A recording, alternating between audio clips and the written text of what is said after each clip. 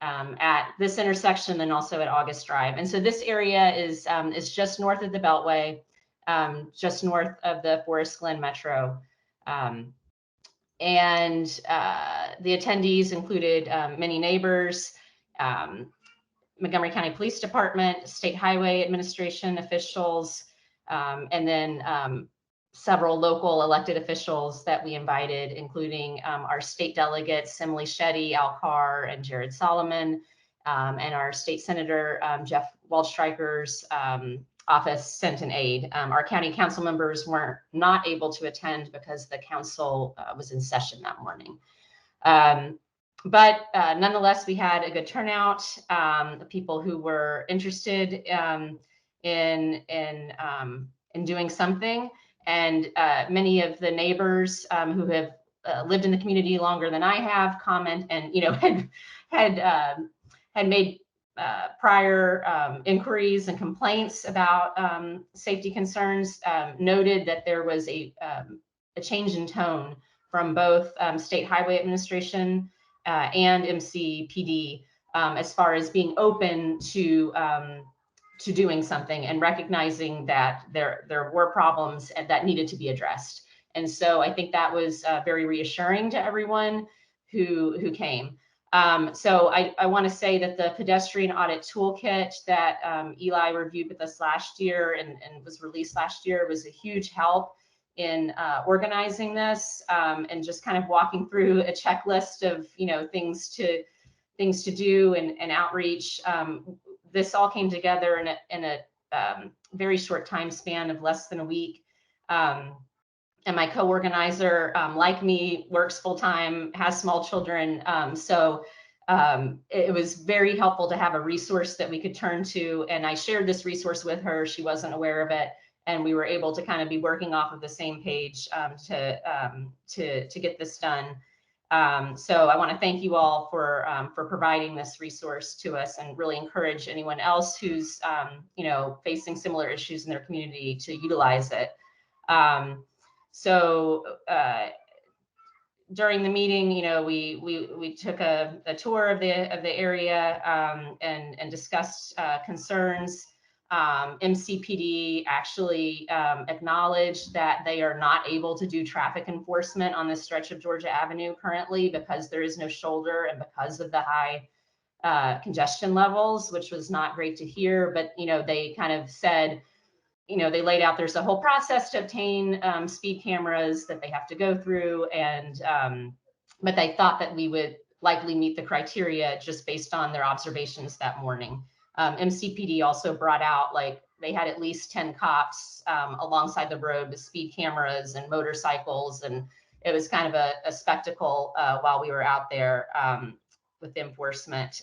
So following this walk audit, MCPD, well, I guess actually prior to the walk audit, but after they were on notice about it, they retimed a crosswalk signal at August Drive in Georgia to allow a longer crossing time for pedestrians.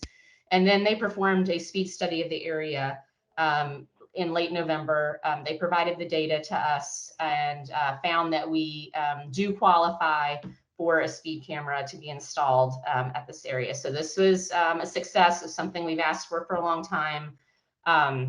The top speed that they clocked was, I believe, 119 miles an hour, which was likely in the middle of the night, but still that's a very dangerous speed for anyone else who is near the road or in a residence near that road when someone is doing that. So the speed cameras are going to be on the north and southbound lanes. They're going to be portable. So, and I assume this is true for all the speed cameras in the county, and maybe Eli, you can provide a little more context. But what MCPD said, they manage the speed camera program. They have about 300 speed camera locations throughout the county. They have only 34 cameras. So those cameras get moved around the county, and there's no notification, but they post that photo enforced sign along the roadway to give notice to drivers that it's there. And we will likely see an installation in spring. They also performed a red light camera analysis, and they just notified us this month that the data did not justify a red light camera at August Drive and Georgia Avenue. They did not provide any data to back that up. They said that they want to revisit this in the coming year to see what impact the speed cameras have on red light violations. So we're disappointed with that because we think that a red light camera is really needed there. And we're concerned that we haven't gotten the data to understand the reasoning. So the next steps are to follow up with MCPD on that, and to also follow up with SHA, who has not responded yet. We notified them in writing following the walk audit of many findings that were made by the planning department in the Forest Glen Montgomery Hills sector plan that was released in 2020. And was the first sector plan, I believe, to be released following the county's adoption of Vision Zero. So it really includes a lot of really helpful identification of major safety issues for pedestrians and cyclists. And so we highlighted those in our outreach to the elected officials and MCPD and SHA. One of the recommendations was lowering the speed limit on that section of Georgia from Dennis Avenue to the Beltway from 35 miles an hour, which it is now, to 30 miles an hour, similar to some of the other speed reductions that have happened, and just up the road in Wheaton on Georgia. And actually, the now former DOT Secretary Slater said late last year that he supported the lowering of the speed limit on Georgia Avenue on our section from Dennis Avenue to the Beltway to 30 miles an hour. So now we have a new transportation secretary, and yes, so we're we need to follow up with SHA and likely with the help of our elected officials just to see what the status of that is.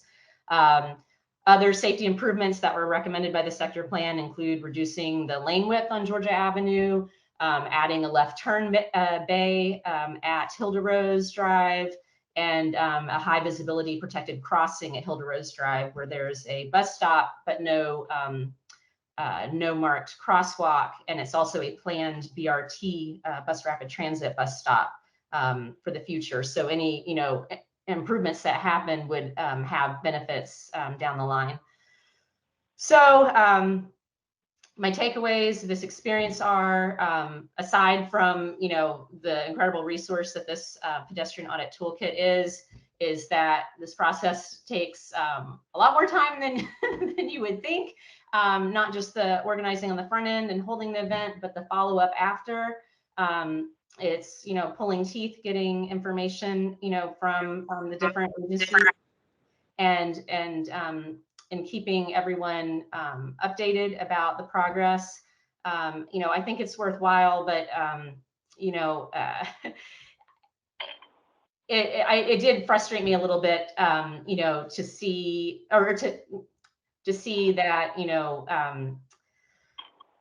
for these safety improvements to be made that are long overdue, long requested, required this amount of effort by so many people, to get a speed camera.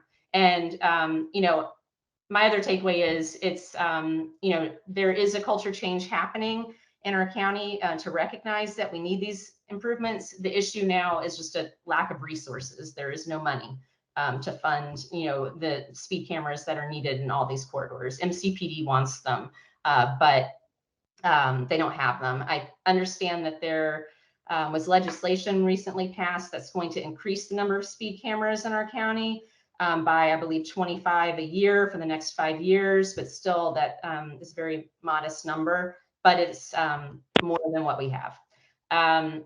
I would also encourage anyone who is considering to do this to definitely partner with others, because it is probably too much for one person to do on their own, and it's helpful, to have input from the community. I would also strongly suggest inviting media. That was something that we chose not to do. Well, a neighbor said that they would be willing to do it, and I think that they ended up not reaching out to media, which was fine. But we did not have the bandwidth as the small organizing group to do it ourselves. But I think that media really does provide an additional layer of accountability, you know, to the officials, you know, to get something done. And you know, it's something that I don't have personal experience with, and I wasn't like completely comfortable with doing myself. But after going through the process, I felt like I really wish that was something that we had done, because that's the kind of pressure that that SHA and MCPD and our elected officials respond to. That there's just, you know, additional accountability. And the last thing I would say is to you know, when working with our government partners, it's really important and critical to maintain, you know, good working relationships with them. You know, sometimes these issues can be stressful or upsetting. And in fact, MCPD, one of the officers was quite upset and let us know it at the meeting, that he had gotten some emails from the community following the crash, accusing him personally of being responsible for the crash. And we did not think it was anyone who was within our group. I was not aware of that up until that point, but he clearly was quite upset by that. And so we have really taken pains to, you know, maintain a very professional and positive rapport with them, because they want what we want, and you know, their jobs are hard. So I think that was my last point is, you know, to appreciate that there's a tone change now, and that the issue is really a lack of resources, and hopefully that's something we can all work together on. So I'm sorry if I went a little over on time, but thank you for the opportunity to talk, and I'm happy to answer questions now or offline. I can put my email in the chat if anyone's interested. You definitely did not go over time. I think Dave and I really appreciate your perspective on using the toolkit, the experience that you had. And I think your takeaways are really right on. I think in talking to members of MCPD, they do really share the same goals when it comes to this sort of thing. And I think the tool, like speed cameras, like you said, they are really working to ramp up how many they have and where they're located and things like that. And at this point, they're really just they're doing the best they can with the resources they have. So I think that's definitely part of it. I think sort of the scarcity of resources when it comes to implementing some of these recommendations, intersecting Georgia along Georgia is, I think we hear that loud and clear, and that's a frustration that we have as well. Yeah, if anyone else has any questions for Anna about this experience or the walk audit, yeah, I see Christy has her hand up. Yeah, I mean, I think these walk audits are great. I think it's a good thing for a community to do, to get people involved and to raise awareness. But I'm really hoping we can get to a point where we don't have to do these. I mean, I'm hoping that that's what, like, the goal of this pedestrian master plan will be. Like, this is not something that every community has the time or organization or inclination to do. And so, you know, I know that you all know that. I just want to point that out as, like, maybe the obvious here.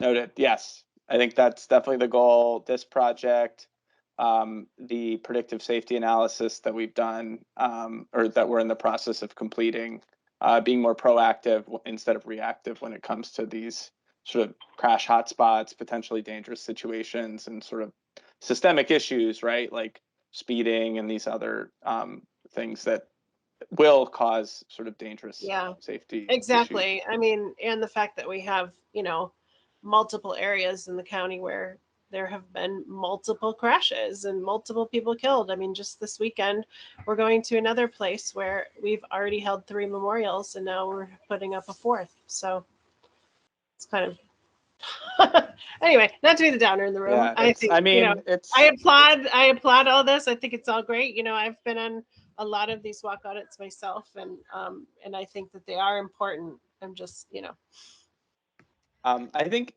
the one piece, I'm not actually sure if this was in the toolkit, but Anna, the piece you said about the media part of it, I think that is really dead on about really the importance of accountability and using the media to sort of enforce and hold people to what they said they would do at the walk audit.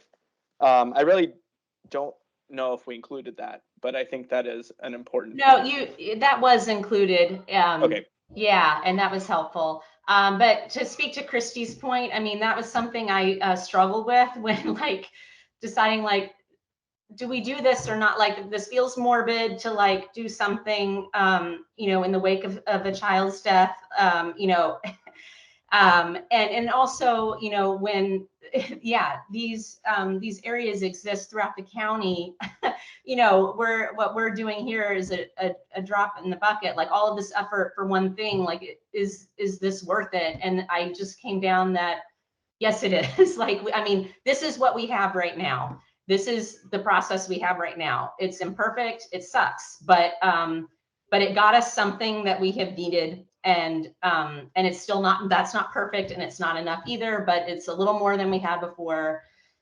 And but I do hope, I share your hope that we do not need to do this in the future, that we can build a better system, that this is not necessary, because it's yeah, the scope is so much greater than this, unfortunately. Karen, I see your hand is up. Yeah, I hope my dog isn't too loud in the background there. Yeah, I mean, just a couple of things on this question about resources. I mean, I would have thought speed cameras would pay for themselves, so I'm really surprised / shocked to hear how few there are. And that said, if there are things to be done, will there be resources to do those? And I guess, did this infrastructure bill that passed last year, do we know, does that put some more funding in the pipeline? I can't. I think Dave may be able to speak to the infrastructure. We have a presentation that our colleague Steve is putting together, has put together, about sort of the implications for the planning department and for the county when it comes to the infrastructure bill. I think I can send that. I can potentially send that around, or some sort of talking points from that around. I think on the speed camera issue, it seemed like in my discussions with MCPD, it was more of a procurement issue, and like not necessarily that they didn't have the funding, but there are certain avenues that they needed to go through to procure to get the speed cameras. I think Anna touched on, like, there was certain legislation that was needed to increase the number of cameras that they were allowed to have. Because I think, while people on this call, I think, are probably generally supportive of the idea that speed cameras lead to safer outcomes for people, and that is really the overriding reason they exist. I think there are obviously a large contingent of people that see them as predatory, and just a way to sort of pad the budget of the county. So I think there are some sort of shackles on the extent to which they can buy these things. So it sounds like it's a work in progress to sort of ramp up the number. I think in the meantime, Anna had mentioned they have a fixed number, but there are more locations where they can be put, so they rotate them. And I think I've seen some research that there are some benefits still to, if people don't know there's a camera there, but there was in the past, they still are likely to drive safer and follow the rules, so they don't get ticketed even if there is no camera there. So I think they're doing the best they can, and I'll make a note to send around some of the infrastructure bill stuff that we have as well. Annie. Hey, everybody. Good to see everybody, or see your initials. I wanted to say to Anna that this was like an awesome undertaking. And I know that it takes so much effort and work to do this stuff. The one of the things that I just wanted to share is that it often feels like you have to be or have a full-time organizer or a lobbyist in your community to get these things done. So I just wanted to say, like, solidarity. I totally feel the same way. And the other piece was that for me, I found that Twitter is a very easy and effective tool for, taking a picture like this, saying what's going on, tagging local officials, tagging MDSHA and MCDOT as a way to generate more heat around the issue. And I just put something in the chat box too, because it was a question I had about media lists, because we were all saying, like, reach out to media, like that's an easy, intuitive thing, but it's not for for everybody, right?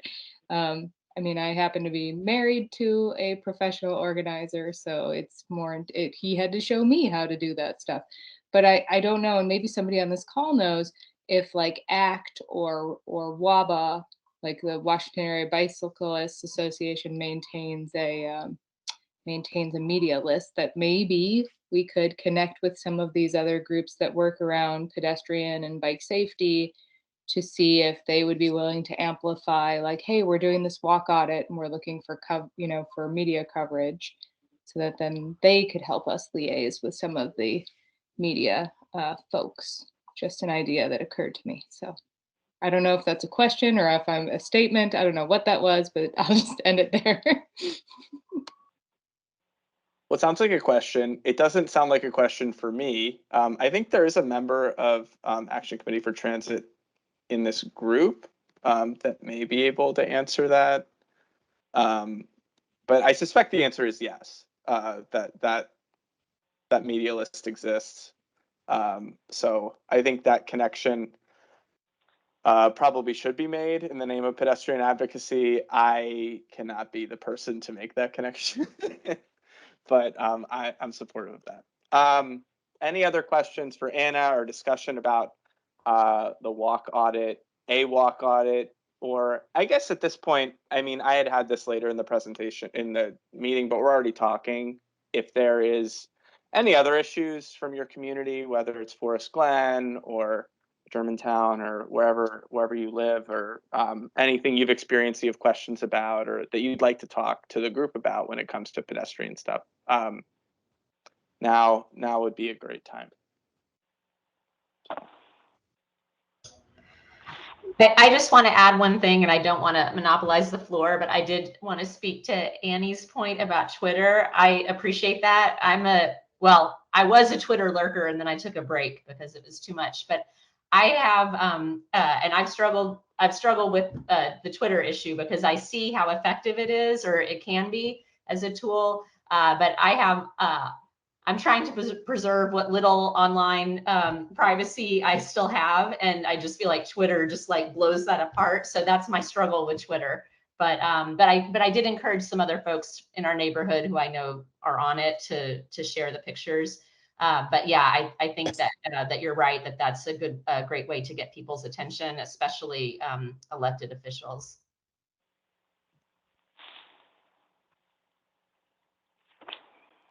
Yep.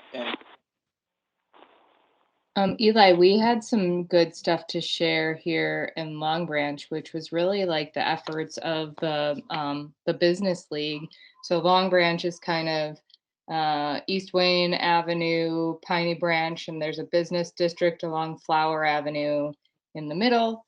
And so our business leaders, one of my neighbors, Rosemary Wilson, who owns a little coffee truck called Flower Coffee Collective. It's parked outside of Flower Avenue Park. If people are interested in trying the coffee. Worked with the Long Branch Business League, which she's a member of, and the community. And MCDOT is going to reduce the speed limit on Flower between Piney Branch and Plymouth Street to 25 miles an hour starting in March 2022, which is a huge deal because it's 30 now, and it's also it's a business district. So there's like shops and people walking around and a park. So they're lowering the speed limit to 25, and they're also going to do a pedestrian interval to allow a head start when crossing on East Wayne. Wayne comes up from downtown Silver Spring into Long Branch, and they're going to do a hybrid pedestrian beacon, but it's going to take a long time. They wrote 2027, which I laughed out loud at. Wow. Yeah. I think for some of these things around here, around in Long Branch where I live, people are kind of waiting till the purple line is completed, which could be 2026 or 2046 at this point. Oh no. Yeah, I mean, that would be bad.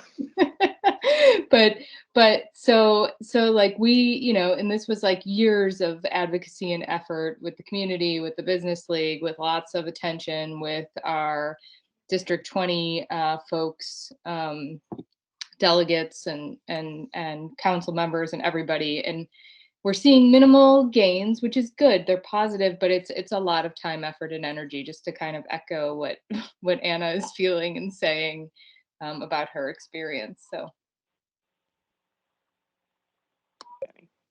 Karen.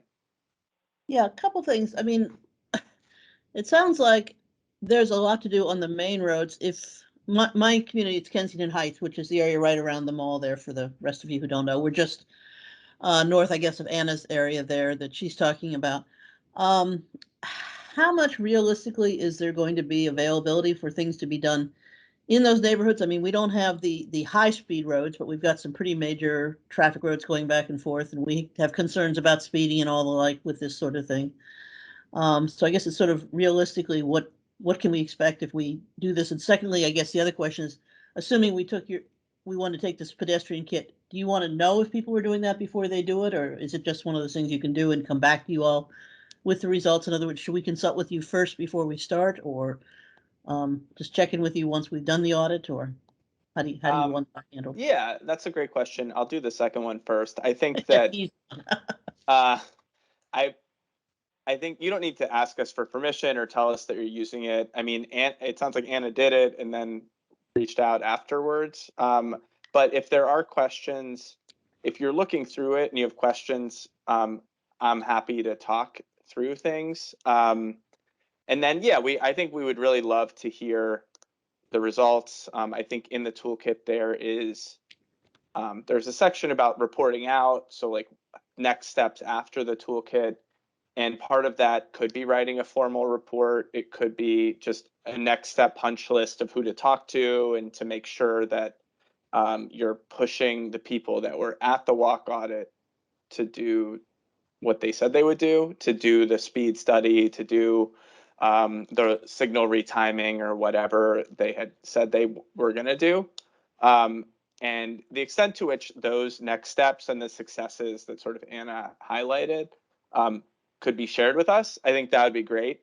So we can understand how different communities are sort of from the grassroots level doing these things. I obviously echo what Christy said, that it shouldn't really be up to the like this should just be happening. But I think for our information, understanding how the tool is being used, I think would be really helpful. The first question, there are a lot of needs, right, on these major corridors, Georgia Avenue, University Boulevard, Veers Mill, Frederick Road, Up County, et cetera. And I think that it's my hope that through the pedestrian plan, we will sort of galvanize the county elected officials, the county executive, to really understand the magnitude of this crisis, the magnitude of sort of the underinvestment that pedestrian issues have seen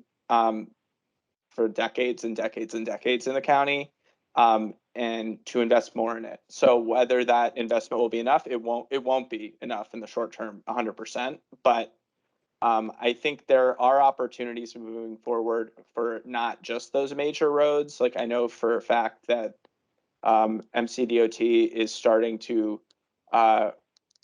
reconsider and develop updated guidance when it comes to traffic calming.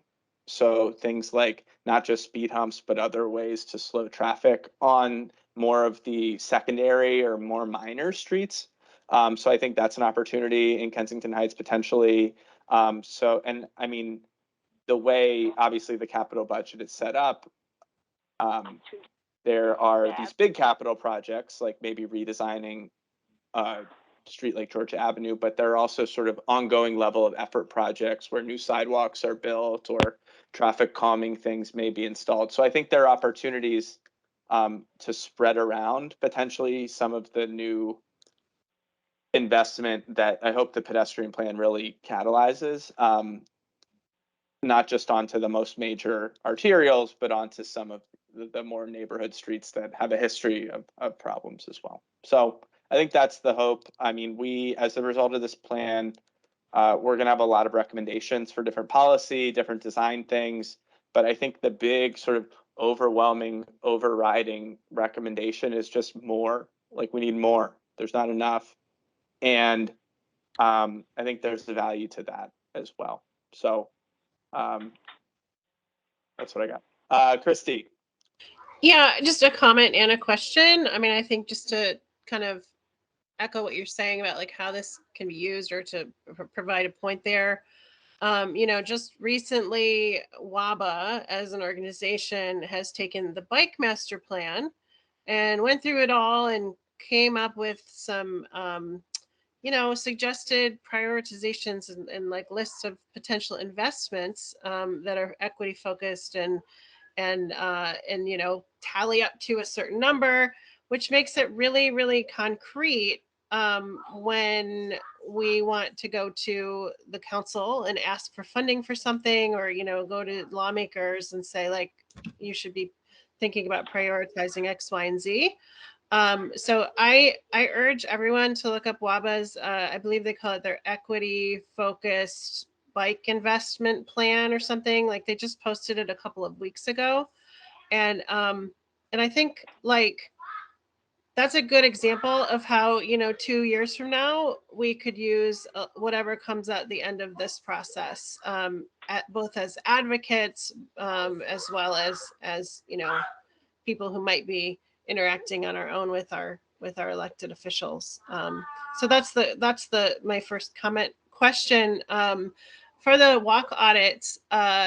Is there something in the toolkit that tells people who are using these tools how to more formally like enter some of that input into the planning process? Like if there's a upcoming master plan revision or anything else. Anna, correct me if I'm wrong, but the answer I don't think there is. I think that's a good point. I think the toolkit really should set people up pretty well to do two things. One, sort of formally document the challenges and opportunities in the area, and then two, to identify the appropriate people to contact to mitigate, to fix those things. So whether that's specific MCDOT people or SHA or what have you, it sort of directs you in that direction. It doesn't really provide a great framework to, I guess in Montgomery Hills, for like Forest Glen, Montgomery Hills, to if this had been done before that plan, to say these are the issues that we identified. But I mean, the report could be done in that way. I think maybe we could do a good job in the plan, in the toolkit, of just listing the contacts for the transportation planners for the different areas of the county. So the relationships, sort of that networking can be done. Yeah. So I think that's probably that's a great idea. That's a great idea. I mean, because I think like just normal people don't look at the planning work plan and say, oh, this thing is coming up. And yeah, I guess building on that before I jump into the existing conditions part, I think there's the master planning process, but there's also private development, right? So in our communities, buildings are being redeveloped, and when that happens, there's the opportunity to improve the building frontages So they're more pedestrian friendly. So the sidewalks are wider, there's street trees planted and things like that, but also through what's called the subdivision staging policy, or the growth and infrastructure policy now.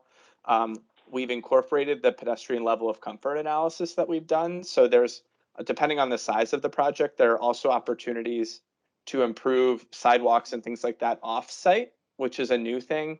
So if you were to meet with a planner and share sort of the challenging areas and things like that, if a project were to come up in the area that could potentially fund some of these things, I think that would be really helpful for those planners to know that, like, there are, let's say there are 20 issues within a certain distance of that site, but if this one or these two have been identified by the community as like really key things for X, Y, and Z reasons, I think that would be worth something in that sort of process. That is an additional potential funding source, an additional resource that really wasn't available before this subdivision staging policy was changed recently, fairly recently. So I think that's another point. I will add, I think we'll add that contact info to the toolkit. So that's a great idea. Thanks, Eli. Yeah, of course. Okay, I think at this point, I think if there's time at the end, we can keep chatting about general pedestrian things, which I think is really awesome. And I'm really happy that we had the opportunity to talk about these things in this group. But I'm going to start with the existing conditions presentation that we put together.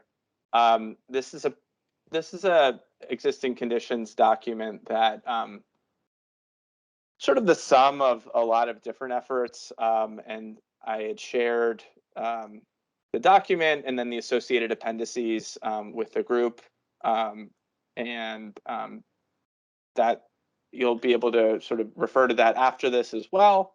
But the existing conditions really focused on, revolved around these 4 goals, sort of discussing and providing data related to these goals. 1, walk rates and pedestrian satisfaction in Montgomery County. 2, comfortable and connected, convenient pedestrian networks in Montgomery County. 3, enhancing pedestrian safety.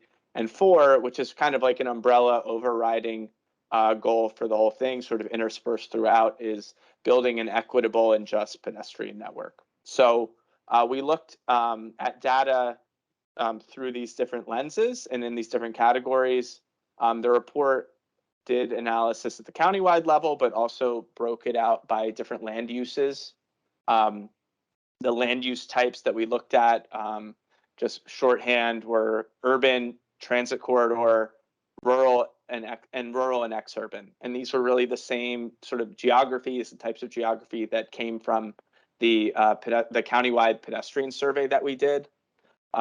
So we broke it out in these ways because we felt that people who are pedestrians in these urban areas, so like Bethesda, Silver Spring, parts of East County, Wheaton, et cetera, may have different preferences or behave differently as pedestrians than people living in more suburban or rural parts of the county. So figuring out the differences there, we use that data.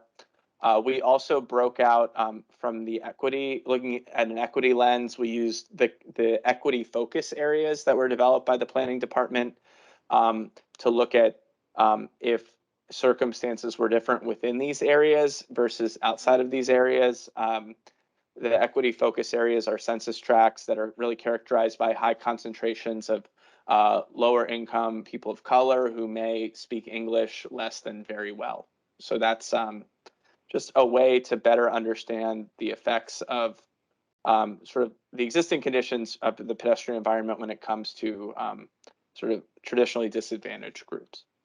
And then the last piece we looked at was at the school piece, understanding the differences in access between the Title I focus farms, sort of high farms rate schools, and other schools in Montgomery County.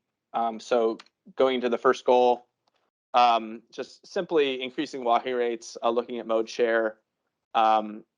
We found, just based on the census, that about 2.2% of Montgomery County trips to work are on foot. But when you zoom out and look at total trips, total weekday trips, not just commute, but other trips, that number rises to about 7.5%. And the number, as you might expect, when looking at different land use types, much larger percentage of pedestrian trips in urban areas are taken on foot. So about 11% of weekday trips in urban areas, 7% in transit corridors, and about a little bit less than 5% in the more exurban and rural parts of the county. And then we also found that in equity focus areas, about 9.6% of trips were taken on foot. And outside of those areas, about 7% of trips were taken on foot. I think if you compare this to other jurisdictions in the area, we don't, 2.2, so 2.2 for the commute trips is not a great number, but it's not awful. I think looking at DC, they're at about 13%. Arlington County's at about 5%.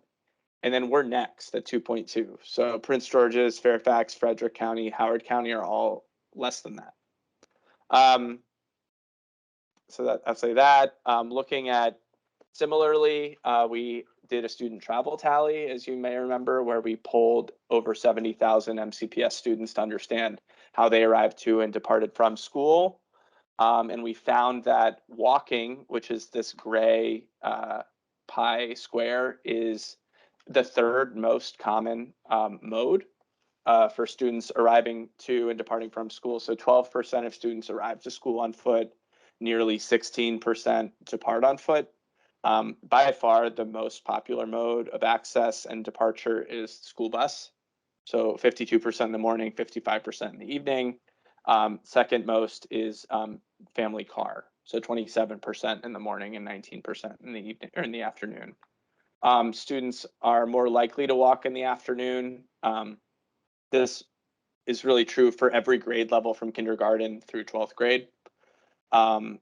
Comparing again to some of our other jurisdictions, looking at DC public schools in 2017, they estimated about 23% of public school students walk to school. So comparing that to 12% in Montgomery County, in Alexandria, that number is 21%. In Arlington, it's 20%. So I think there are definite connections you can make between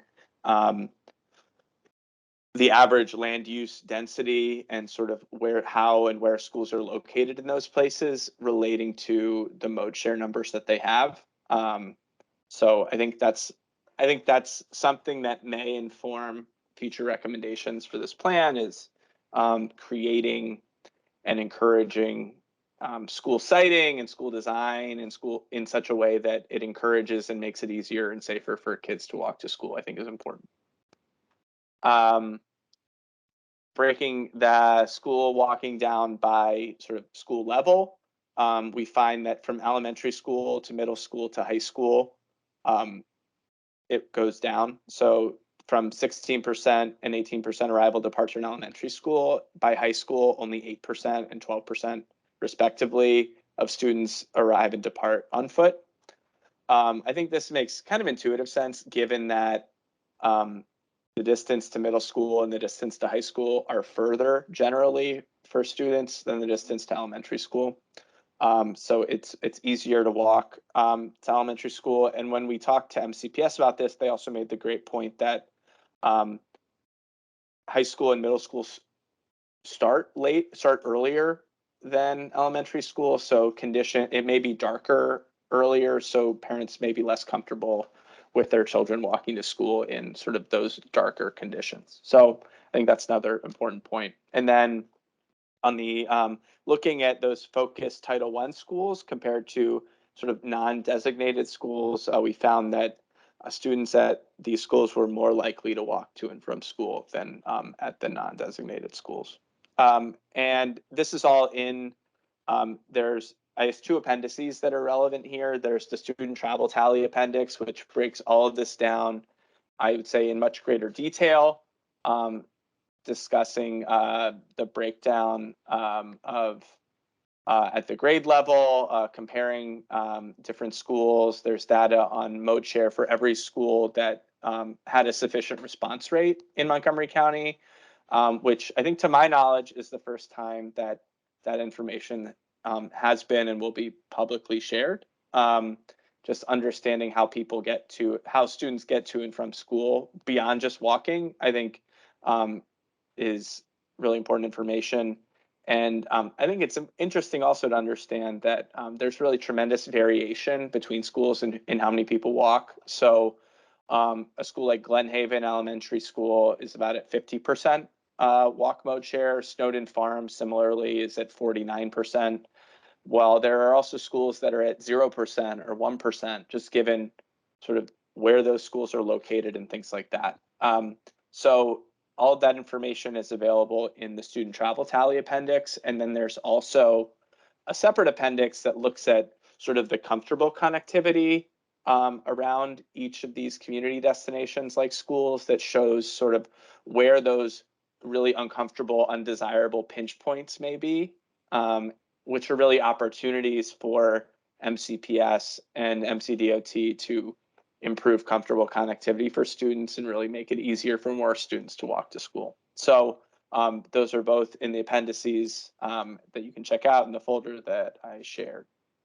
In addition to some of this mode share information, we also did a countywide pedestrian survey that I've talked about in the past, and asked about how satisfied people generally were with their pedestrian experience. And I think what we found is that overall, about 52% of respondents were satisfied, so 48% weren't.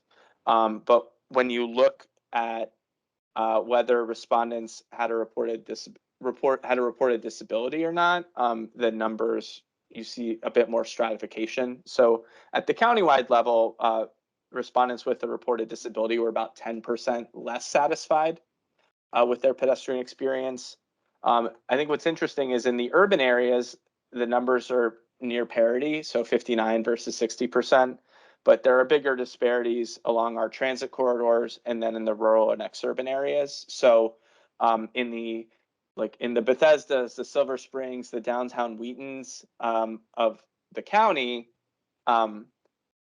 conditions are generally seen as better, sort of more equal, more accessible potentially than along roads like Veers Mill, and then in sort of the more sort of rural and exurban parts of the county. So I think that's a really important finding that I think speaks to a need in the plan to sort of address both the overall satisfaction with the environment, because personally, I don't find a 52% satisfaction rate where about half of people are happy with the pedestrian. I don't find that good. Like, I don't think that's a good number. I don't think the number has to be 100% necessarily, but I think it should be more than half. So I think we'll have to figure out in the plan, like, as we do this survey again, what that target should be, but it shouldn't be 52. And I think that we should do our best to understand the disparity between satisfaction with for people who have a reported disability and people who don't, to understand what makes up that disparity and see if we can work to address that in a meaningful way so we can see progress and sort of work on sort of improving equity and accessibility in our environment. So I think that's something we're thinking about as well. That, I guess, concludes goal 1. Just a really high level overview. There's a lot more in the report itself and in the appendices. Does anyone have any questions about anything in goal number 1 that I talked about, or maybe I didn't get a chance to talk about?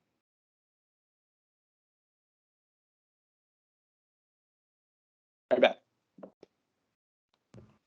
Yeah, just a quick question. Can you define what a transit corridor is? What does that mean exactly? Sure. So the way we define that for our purposes is it's a half-mile buffer. So a half mile in each direction around any transit service that operates every 30 minutes or better during rush hour. So it's a pretty, I would say, a pretty low bar for what a transit corridor could be. I think we would prefer, obviously, to have frequent service all day, every 15 minutes or better. But you can see on this map, it's sort of these lighter green areas that sort of extend between our urban areas. I think the sort of 270 corridors called out with Frederick Road and things like that. Then you have Georgia Avenue and Columbia Pike. And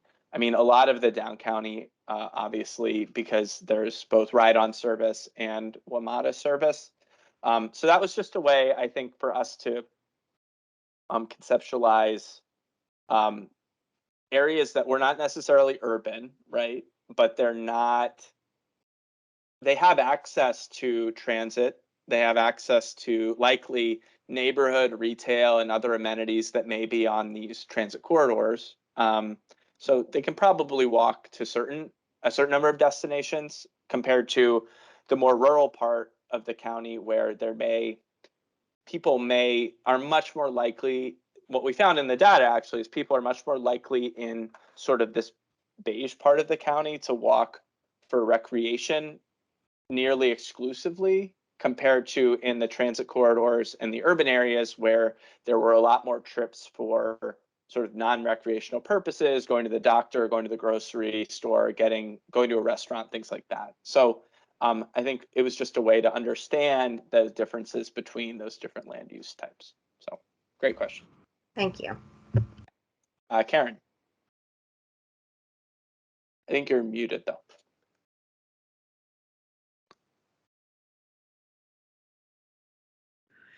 Considering that for the most of the last 2 years, most of us have not been commuting past our dining room tables, has any of that been, have you been looking at any of that in terms of thinking whether or not there's going to be differences in commuting if is this COVID effects going to be permanent to some degree or another? And I mean, is any of that coming into the county planning? Because I'm also seeing it in Thrive that it doesn't really seem to have taken up the question of are we going to be commuting in different ways or not commuting going Right. forward? Yeah, I think that's a good question. And it's interesting. It feels so long ago now, but my colleague Jesse McGowan and I, we actually chaired the commission's sort of internal COVID adaptation response group, figuring out essentially what you're asking is what are the sort of short-term implications of the pandemic and what are the longer-term implications. And I think what we found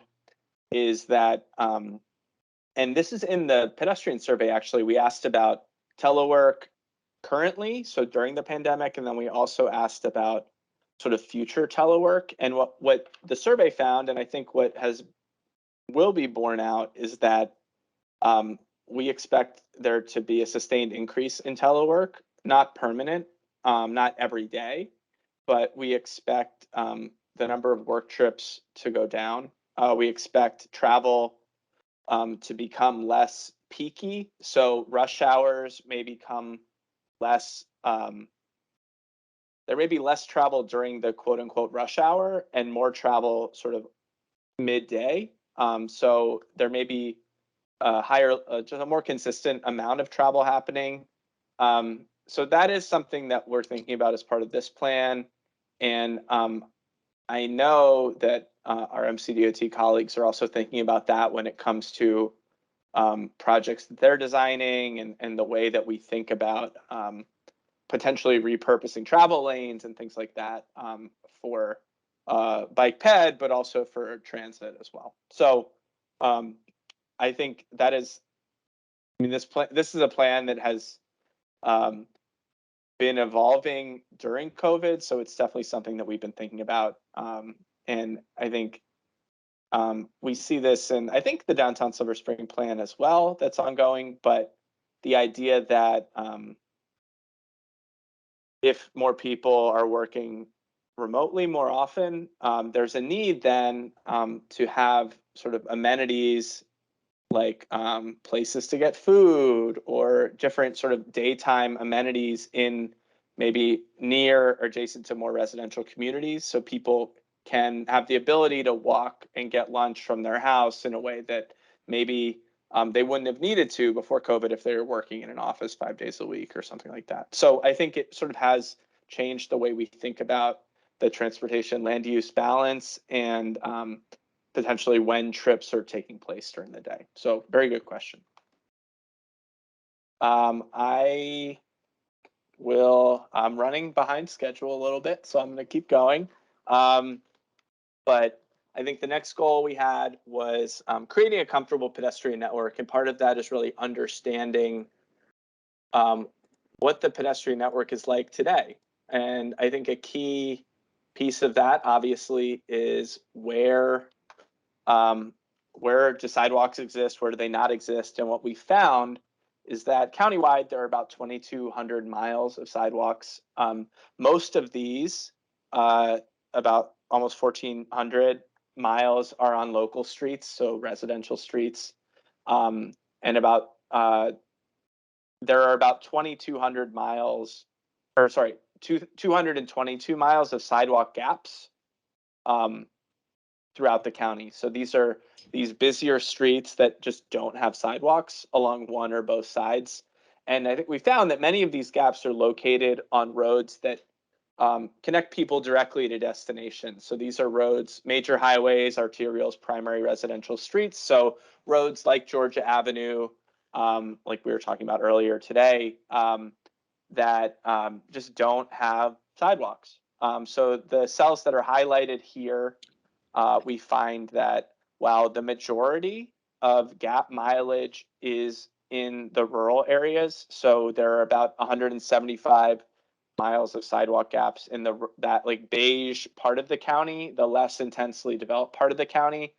The parts of the county where there's more pedestrian activity have a lot of gaps on these busier streets. So the highlighted cells are probably the cells that, if we were to address these sidewalk gaps, if we were to spend our limited resources to fill these gaps, these are the cells that we would probably see the largest return on that investment in terms of where people are actually walking today and making those people safer. So this is something we looked at.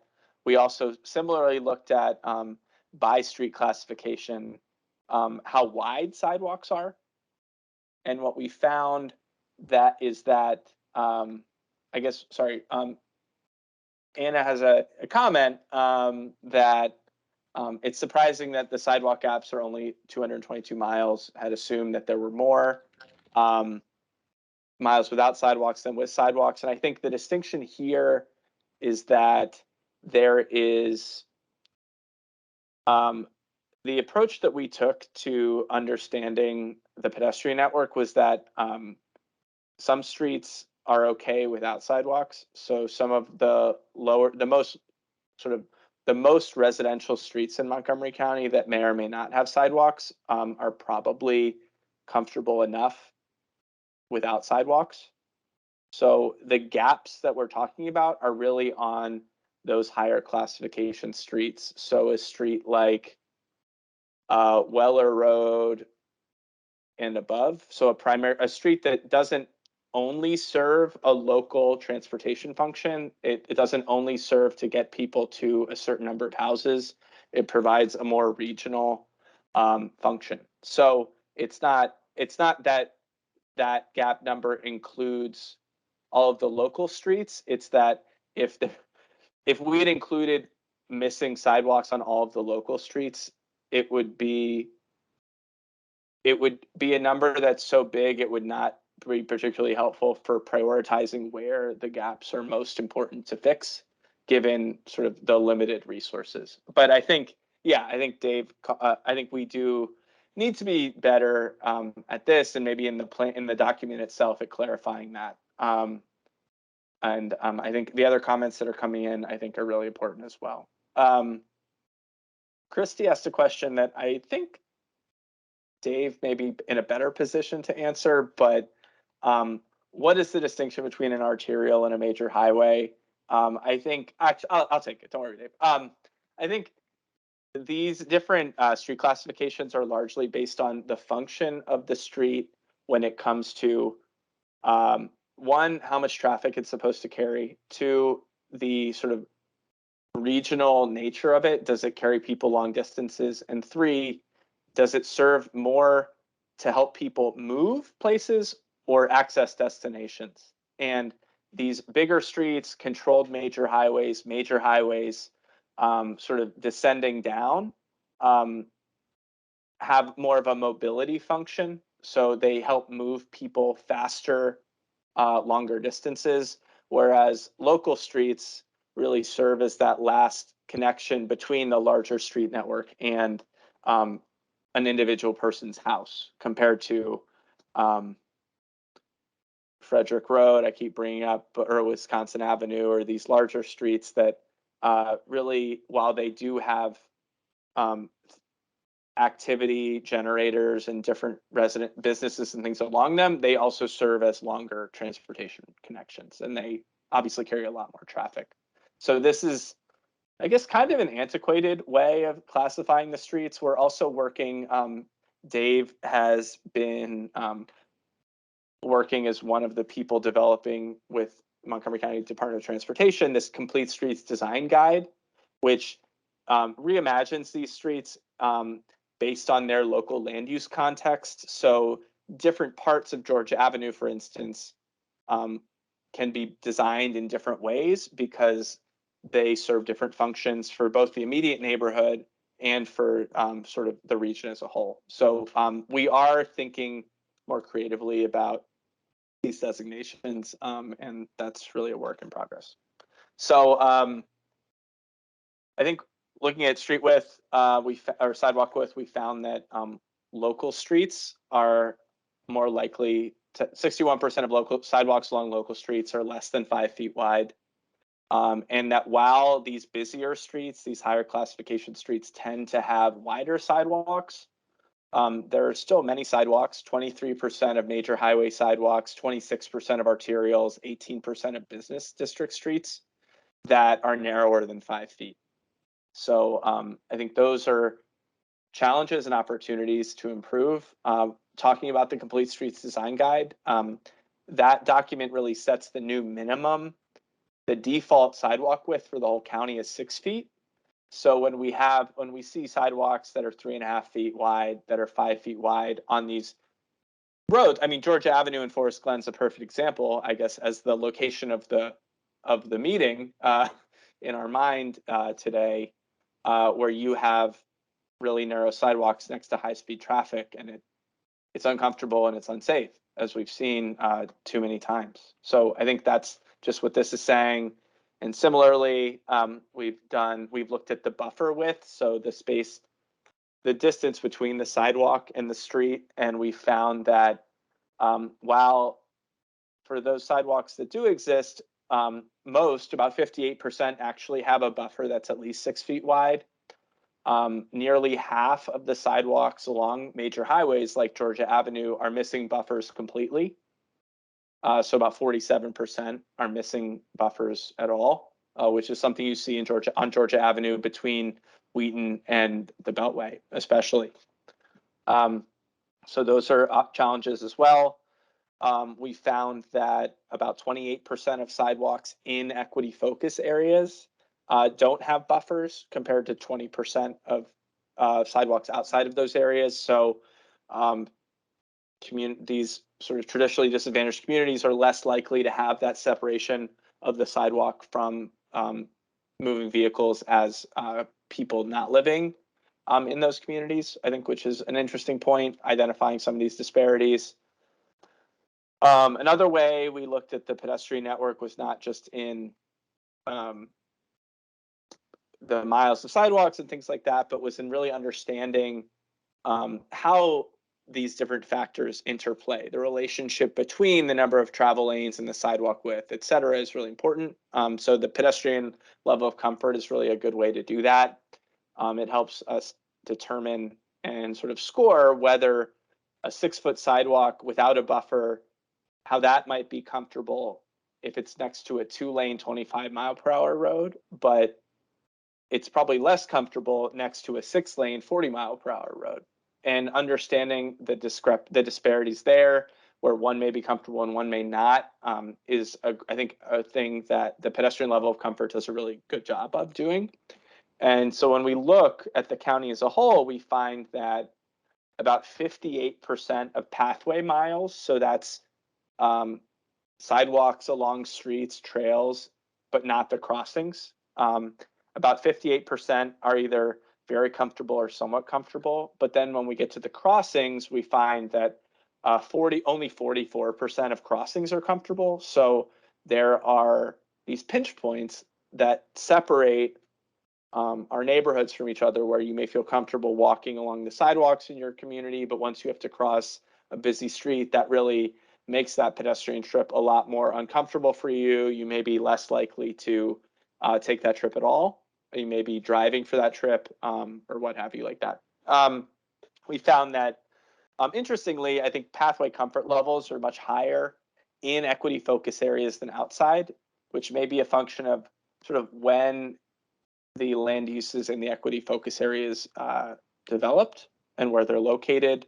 And we found that crossing comfort was about the same between these areas. So there wasn't necessarily a discrepancy from an equity perspective when it comes to how comfortable it is to cross streets in Montgomery County. So in addition, I've talked about this before. In past meetings, we had presenters from the planning department talk about the Purple Line connectivity report, which we did to understand sort of disparities in comfortable access to future Purple Line stations. And at that time, I said we were going to come back and do a similar analysis for parks, for schools, for other transit stations. And as part of this report, we did do that analysis, and there's an appendix for all of these different maps and different destination types. But essentially what we did is we used the level of comfort to understand how comfortable it is to access different destinations. So we scored comfortable access as the total comfortable distance of all residential trips to a destination. So in this case, between a residence and a park, and the total distance of all those trips. So we found, like in this very simple example, if there's a 1-mile trip between a residence and a park, if 0.7 miles of that trip are comfortable, then the trip is 70% comfortable. So what essentially we did for each park, for each transit station, et cetera, was take the sum of all of that comfortable distance, all of that blue distance, over the total distance to figure out how comfortable these access was to these different things. So we looked at comfortable access within a 1-mile distance to libraries, parks, recreation centers, and transit stations. And this is an example from Forest Glen, actually, fortunately for our discussion today, to the Forest Glen Metro of comfortable access. So what you can see on this map is that 2 things. One, comfortable connections are shown in blue, and uncomfortable or undesirable connections are shown in red. And as the number of residences using that street segment or that sidewalk gets thicker, that means more trips are happening on those segments. So what you can see here is within a 1-mile, there's a lot of activity. The pedestrian bridge across the Beltway from Montgomery Hills really lights up as a comfortable connection from places south of the Beltway to access the Forest Glen Metro. You see Darcy Forest Drive, some of the internal Metro access ways as really highly trafficked, which makes sense because all of these trips converge onto these points, so they carry a lot of traffic. You also see red lines on Georgia Avenue, red lines crossing Georgia Avenue as communities to the east of Georgia Avenue cross the street to access the Metro. None of this I don't think is really unexpected, but it really helps us quantify where those pinch points are and understand as a whole how different destinations have different access comfort. So looking at all of the pathway comfort for the Forest Glen area, it's about 79.8% comfortable, and then crossings are less comfortable. And a big portion of that crossing discomfort comes from the people that have to cross Georgia Avenue at Forest Glen Road, and then have to cross Georgia Avenue sort of in the Montgomery Hills area, and some of these other connections like at Seminary, et cetera. So this is one example of many that are in the appendix, the relevant appendix that you can check out, that I think is pretty interesting. And you can zoom in, I think, to better understand how these connections are made and potential pinch points. Just sort of summing up some of this information, I think we found that in general, as it was in Forest Glen, pathway comfort really tends to exceed crossing comfort. Libraries were the most comfortable to access destinations in urban areas, while some of the parks were the most comfortable to access in the more exurban and rural parts of the county. Transit corridors in urban areas have very similar comfortable connectivities to rec centers. And then we also did some more analysis for the transit stations, and the red line comfortable connectivity and future purple line comfortable connectivity are much better in urban areas than along our transit corridors. And then for the few people that live within Brunswick line MARC access in our rural areas, they actually had very comfortable connectivity, but there obviously aren't that many people who do that. And then looking at this from an equity perspective, we found overall that crossing comfort tends to be worse in equity focus areas when it comes to accessing these destinations, while pathway comfort is better. And while red line station connectivity is more comfortable in equity focus areas, purple line station connectivity is actually worse, which I think actually bears out a lot of what we found in the purple line connectivity report, where some of the stations more towards Tacoma Langley had much worse connectivity, and those are the areas that are also equity focus areas. So that's some of the destinations. The other major destination that we looked at, obviously, was schools, and we measured access to schools a little bit differently. So rather than using that 1 mile walk shed, we looked at the school's attendance boundary, and we also looked at the appropriate walking distance for that school type. So MCPS says that elementary schools, students should they're not bused until they live further than 1 mile away. Middle school, it's 1.5 miles, and high school, it's 2 miles. So in that way, we used a larger distance for most of these school destinations than the other destinations. But at the same time, I think we're also cognizant of the fact that there's probably more hesitancy to allow students to walk to school if the conditions are worse. I think that's borne out both by what Montgomery County Public Schools does, where if you have to cross certain types of streets, they will provide you busing even though you live within the walkable area. And then also, I think it's likely that parents are probably less comfortable with their students, especially of younger students, walking across busier streets anyway. So what we did is the metric for comfortable school access really removes those trips that have to cross those really uncomfortable segments, those undesirable segments, the worst segments in the network. It removes those trips from this equation, really. So school access is scored much more conservatively. It's harder to get a very comfortable school score than it is a park score or a library score or something like that. And I think you see that borne out in Aspen Hill, at the Harmony Hills School, elementary school. So you see the legend changes a little bit. We have comfortable in blue, still the lines getting bigger as more trips use them. Uncomfortable is in red, but then undesirable, which is that worst category, is this gray-black color. And what we find is that all of the households sort of within between Georgia Avenue and Connecticut Avenue can comfortably access the school.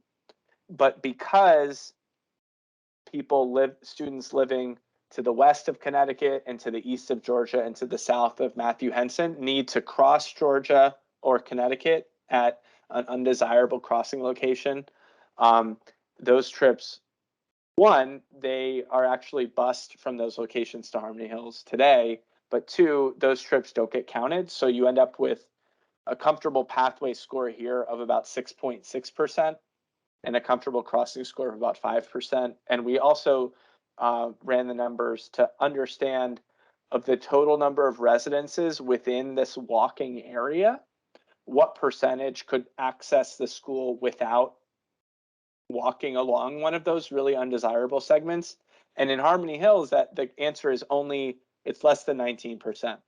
So there's a ton of students, a ton of households that are in this area that theoretically should be able to walk, but can't because the conditions are too dangerous. So for this school specifically, there are a lot of apartment buildings or multifamily buildings on Hewitt here.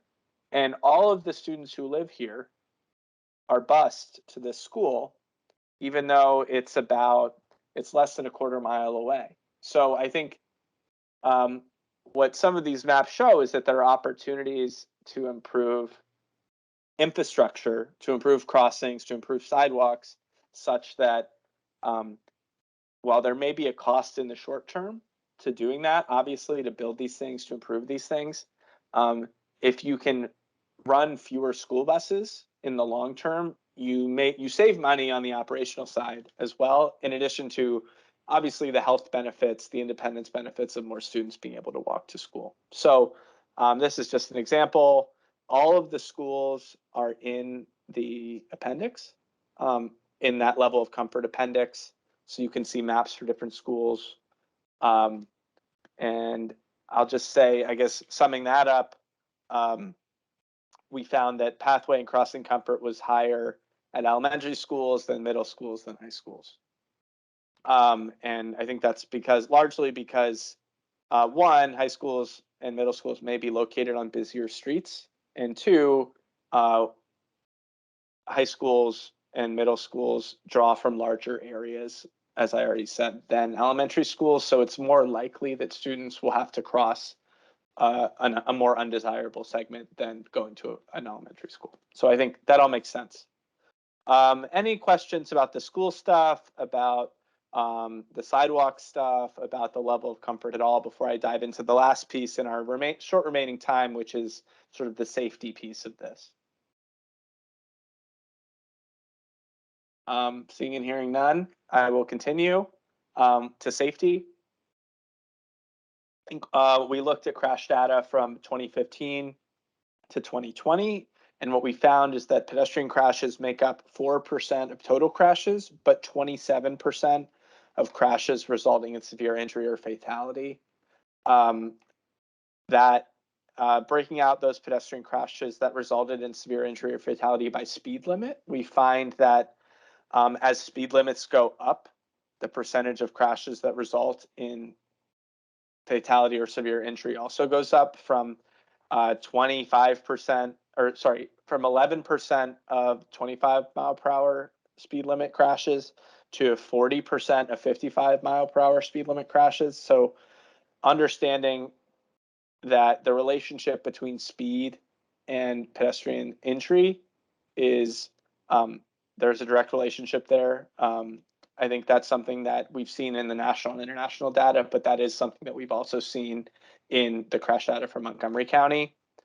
Also, breaking out crashes, pedestrian crashes by roadway miles and by sort of area of the county, we found that while urban areas only make up 21% of the total number of roadway miles in the county, they make up 68% of pedestrian crashes. So a disproportionate percentage of crashes and 65% of those severe injury and fatal crashes. So I think that makes sense intuitively that there are more pedestrians in urban areas. So it's more likely that there will be pedestrian crashes involving pedestrians in those areas.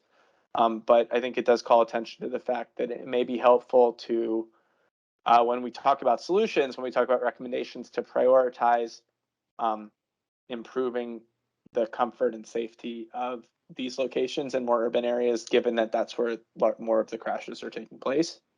Looking at equity areas, similarly, roadways and equity areas make up about 14% of the total roadway mileage in the county, but they make up 40% of pedestrian crashes and 44% of severe injury and fatality crashes for pedestrians. So there's a large sort of disparity here when it comes to equity focus areas and non-equity focus areas, and severe injuries and fatalities, given the sort of minute number of roadway miles that are in these areas, but the large number of severe and fatal crashes.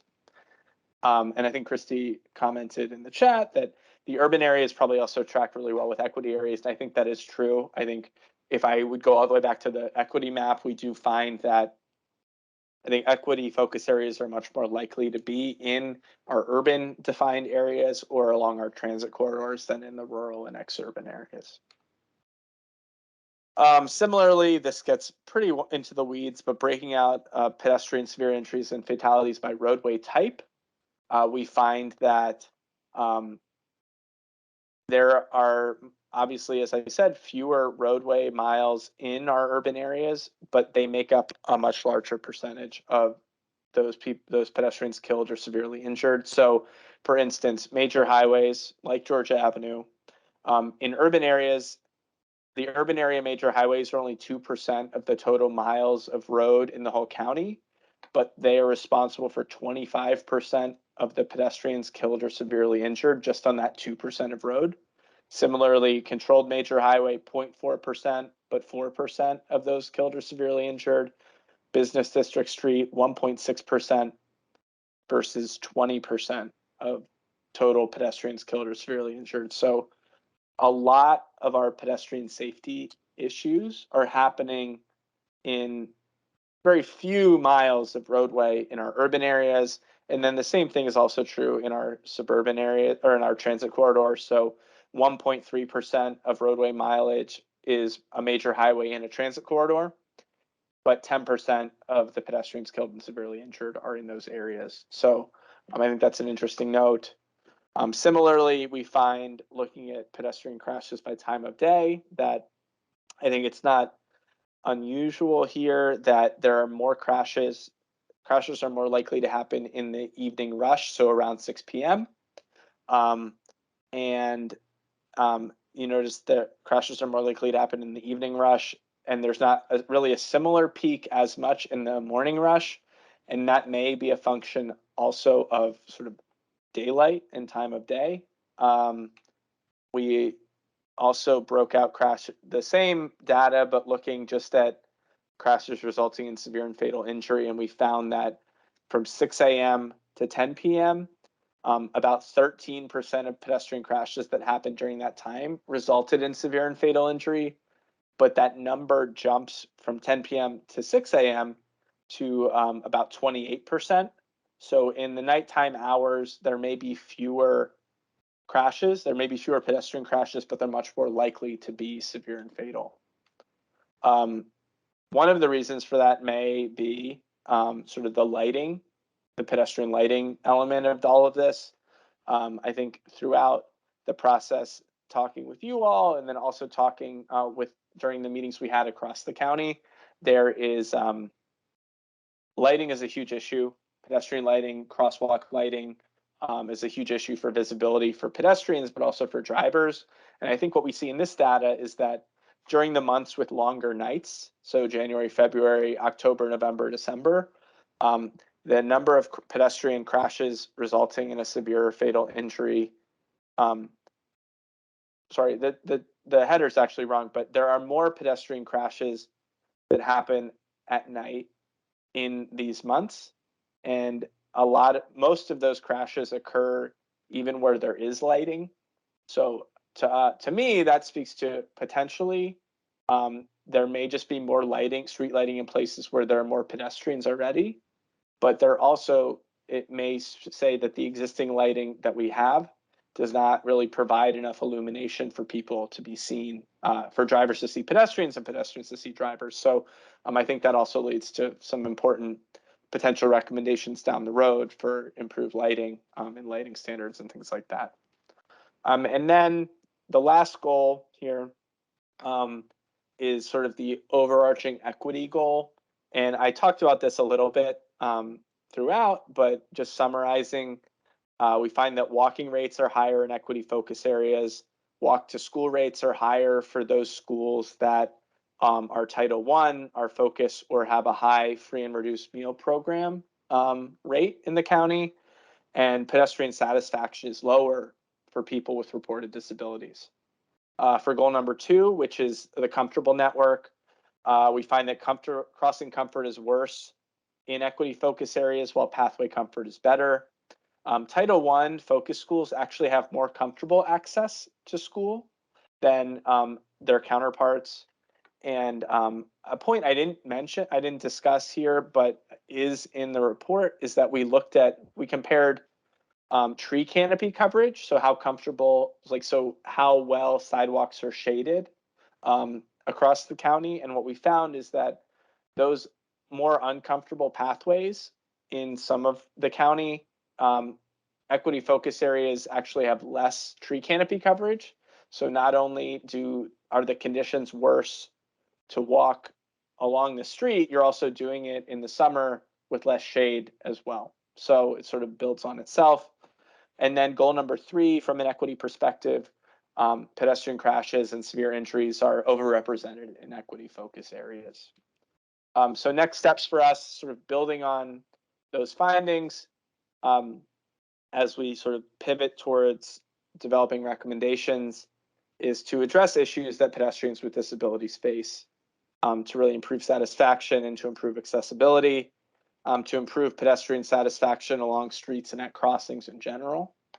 Goal number 2, address these really high priority sidewalk gaps, prioritize buffers along high speed streets, provide pedestrian refuge islands, so places for people to stop in the middle of the street if it's a wider street, improve comfortable access to elementary schools, and prioritize safer crossings to parks. And then lastly, enhancing pedestrian safety, reducing high-speed pedestrian crashes, addressing these safety disparities between equity focus areas and non-equity focus areas, improving lighting, and then communicating. I think another thing we asked in the pedestrian survey was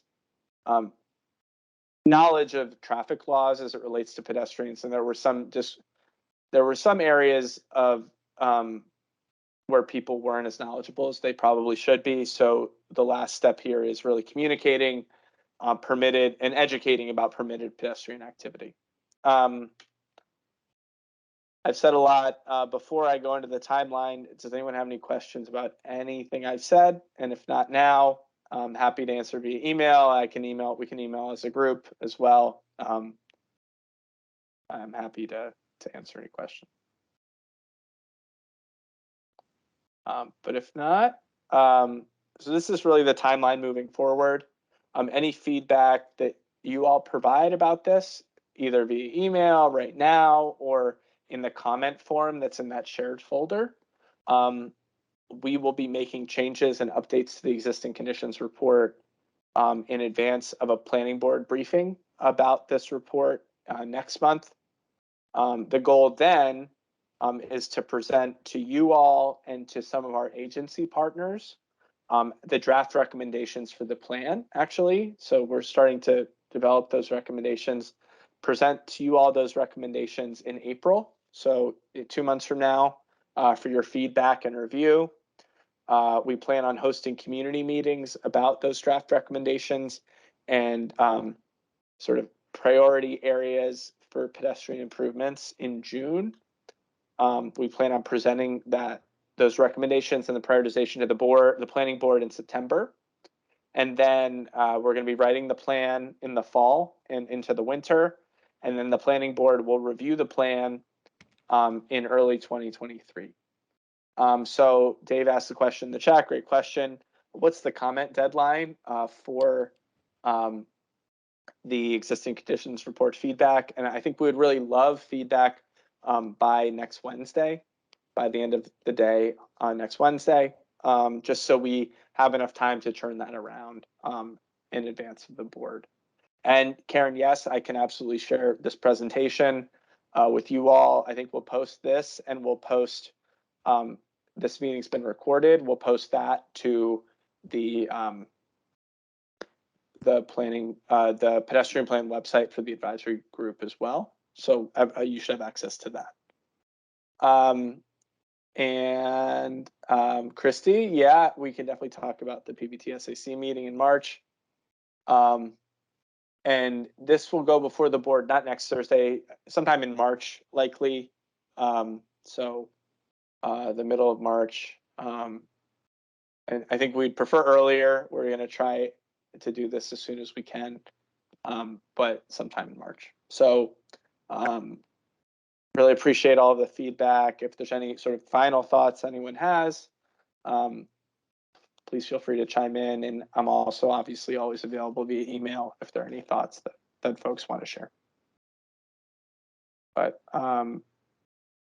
you've been a great audience. I really appreciated the discussion that we had today, and I hope that can continue in future meetings and sort of over email as well. So really appreciate everyone, and thanks for joining. Thank you. Thank you, Eli. Yep. Take care. Eli. Too. All right. Thank you. Thanks, Eli. Thanks, Dave.